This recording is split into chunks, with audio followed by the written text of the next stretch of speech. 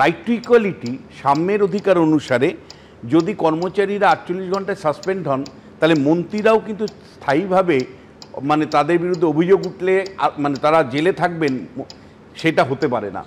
দ্বিতীয় যেটা, সেটা হলো যে মন্ত্রীরা জেলে থাকলে সাধারণ মানুষের যে সার্ভিস, অর্থাৎ মানুষের যে পরিষেবা, সেটা ব্যাঘাত ঘটবে।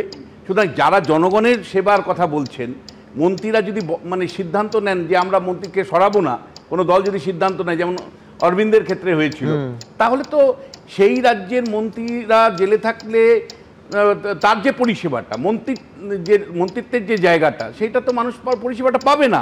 ফলে শেষ পর্যন্ত মানুষ চিট হবে।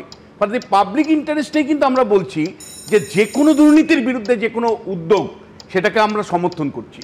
যে কোনো দুর্নীতির বিরুদ্ধে উদ্যোগ, একদম খুব পরিষ্কার করে আপনাকে বলতে চাই যে আমরা মনে করি যে কোনো সরকার যদি দুর্নীতির বিরুদ্ধে লড়াই করে, সেটা খুব ওয়েলকাম। এই কারণেই করছি জাস্টিস মানে গাঙ্গুলির মতন, সেটা হলো আমরা বুঝতে পেরেছি আমাদের সমাজের সবচেয়ে বড় শত্রু হলো দুর্নীতি। বাংলার ক্ষেত্রে এই যে পশ্চিমবাংলা যে 100 বছর পিছিয়ে গেল, তার একটা বড় কারণ হলো দুর্নীতিটা কার্যত প্রাতিষ্ঠানিক রূপ নিয়েছে এবং আমাদের মানে মানে হৃদয়কে গ্রাস করেছে, যে সব কিছু দুর্নীতির মাধ্যমে চলছে।